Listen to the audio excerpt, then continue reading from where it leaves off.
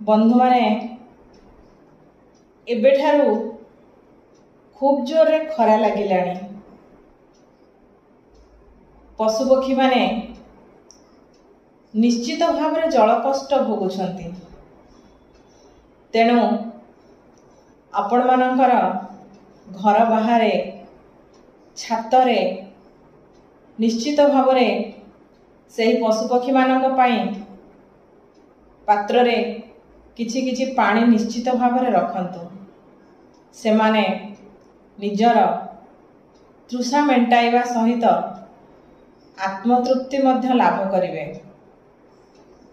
से माने ही तो ए परिवेश को सुंदर करुछंती एवं परिवेश सहित आमर जीवन को मध्य सुंदर करुछंती। तेणु ए जल कष्ट रक्षा पाइबा पाई असह्य ग्रीष्म रक्षा पाइबा पाई निश्चित भाव में आपण माने निजर घर बाहर छात उपरे किछि किछि पानी पात्र रे भरिकी बाल्टी हो जेकोसी पात्र रे हो निश्चित भाव में रखंतु।